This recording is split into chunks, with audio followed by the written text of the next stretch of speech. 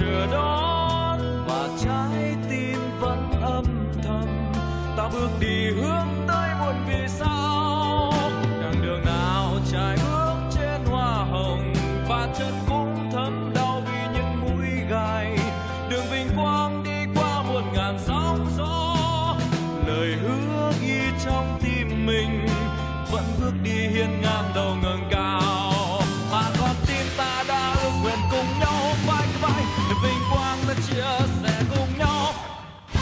Ngày đó sẽ không xa xôi, và chúng ta là người chiến thắng. Và ta biết sâu lắm thác gành treo leo trên đường xa, và gian nan ta vươn tới